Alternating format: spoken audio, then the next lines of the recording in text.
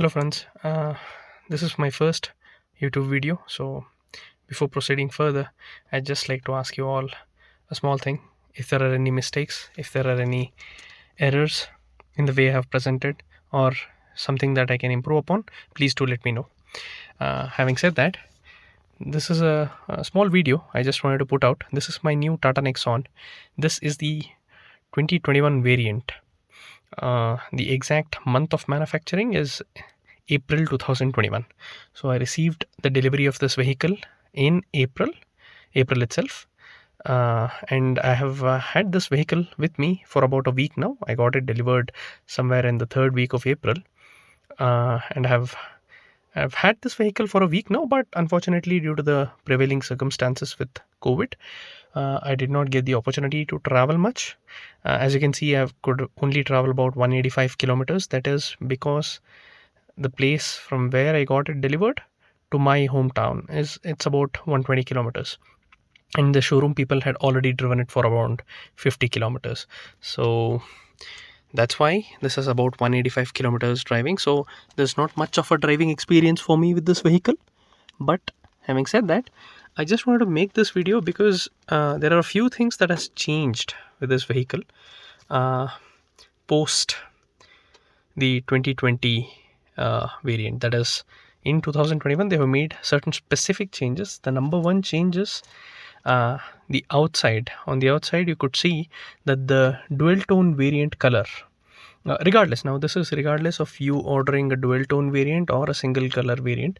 Anyway, if you can see here, there is a strip that goes on, that is, on the side, outside, if you can see, there is a strip just below the window. Now that strip is common across all Nexon variants. So that strip initially was white in color. Now it's sort of silverish, metallic silver color. I do not know exactly how to term it, but that is the first major visual change. Even the roof, in case you opt for the dual tone variant, as I did. So mine is a petrol manual 2021 XZ Plus variant dual tone. So as you can see, because it's XZ Plus, I do not have the cruise control feature, but I do have the controls here. So the number one change from the outside is that. The second major change is, as you can see here, the physical buttons are gone. If you remember, in 2020 variant there were set of physical buttons, 2 knobs and around 6 buttons here. So that is gone. Third is, I have not seen this in person, but as far as the videos go, I've seen it in previous videos of other owners of 2020 variant. They had something called an econ button, that is an economy mode in AC as well. Now that is also gone. So these things don't work now. These are just dummy pieces, or I can say that's only for visual aesthetic. They're not working right now. So that is not there. So that is one change. This is one change.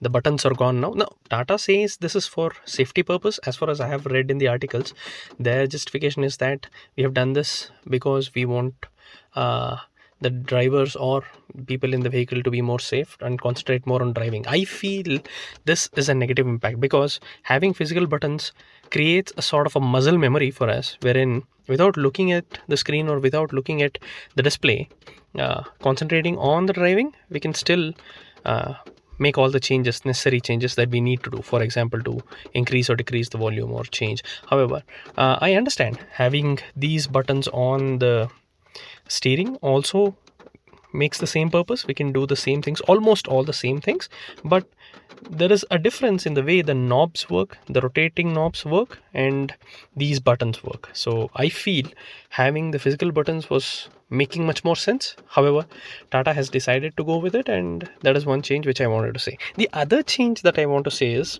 with respect to the key. Now if you see the key fob that I have, this is of course one key, but however, I was told, or rather from the videos that I have seen before, I was seeing that the owners were getting 2 keys, 2 remote keys. But for me, I just got this one key, and I got another spare key, but that's not a remote key. I just got this portion, the physical key portion of it. So I did not get the full key here. I just got the physical key portion. So when I asked the dealer over there, what he told me was the justification was that since the other remote key that is given usually lies in the house or wherever it is, wherever we keep our spare key, it lies there and the battery goes dead. So it made them more sense to just give a physical key instead of a remote key. I feel again that is probably cost cutting from Tata's part. I'm not very sure if this is Tata's decision or my dealer did not provide me with the right information, but as far as I can say, I have got only this one single key, and the other key is just a physical portion that is available here also. So that is the three major things that I found as changes in this vehicle. Apart from that, I think you're all well aware of the interiors. Nothing much has changed here. Almost everything is extremely similar. No major changes, even in the back as well. No major changes. The boot, everything remains the same. Nothing has changed. This also is the same armrest and the drive modes. So everything else remains the same. One particular thing, some observations here. One thing is that this space, which is this seems extremely tiny. I mean, from a real user perspective, this is extremely tiny. The thing with the space is it's very important, because if you see clearly, if you can zoom it in, there is a symbol here. I think it's very difficult because the light is less. I'm not able to get more light in. If you see, there is a key knob symbol here. This means Tata expects us to keep the key of the vehicle here. Only then it will get charged. Now the problem with this scenario is, as you can see, I have a charger placed here in the 12-volt socket. Now that has occupied some space. I have also connected a USB cable in the USB space here. Now once I do that, which is common, everybody does this because we need to have a USB cable for the system to create or connect with Android Auto and Apple CarPlay. So we need to have a cable inserted here. There's no other choice. But once we do that, once we do both, that is having this 12-volt socket fitted with a charger and a USB cable, it becomes extremely congested. So it becomes very difficult to place a key. So for now, I have been placing the key in a certain fashion. I'm trying to place it, but it is extremely cumbersome. I think Tata should have planned better with respect to this space. So that is one thing that I found. Rest everything else remains the same. This is the boot space. Extremely generous boot space, I would say. I'm sorry, not the boot space, the glove box. I'm sorry about that. The glove box is extremely comfortable. The door pockets are also very comfortable. There is an umbrella space. There's a space to hold bottle as well, and here too we can have some coins, some small things on the go, handy for us on the go. So I think this video is getting longer. I'll just end this video. This was a very small video, and this is my first video. So I am a new Tata Nexon owner, and I'm not an enthusiastic driver, by the way. So probably I will not be a good judge of the speed, transmission, engine capacity, how it compares with other SUVs, because before this I drove only one vehicle for a year, and that was a Maruti Alto. So in many ways than one, this is my first vehicle. So but what I can give is a real world first time user experience and a user point of view of how this vehicle is and how it performs. What are the things that I'm facing with this vehicle, issues that I might face in the future. As of now, I don't see any issue. As of now, I have not seen any problems with this vehicle. Of course, I have to get adjusted to the turbo lag that occurs with most of the vehicles. Having said that, I think I'll come up with a detailed video of that with a detailed explanation, because I am also trying to figure it out. I am trying to go on more longer journeys to understand how it works, and then I can present my point of view about the turbo lag. Because with Tata Maruti Alto, I did not face that. It was much more linear. It was straightforward.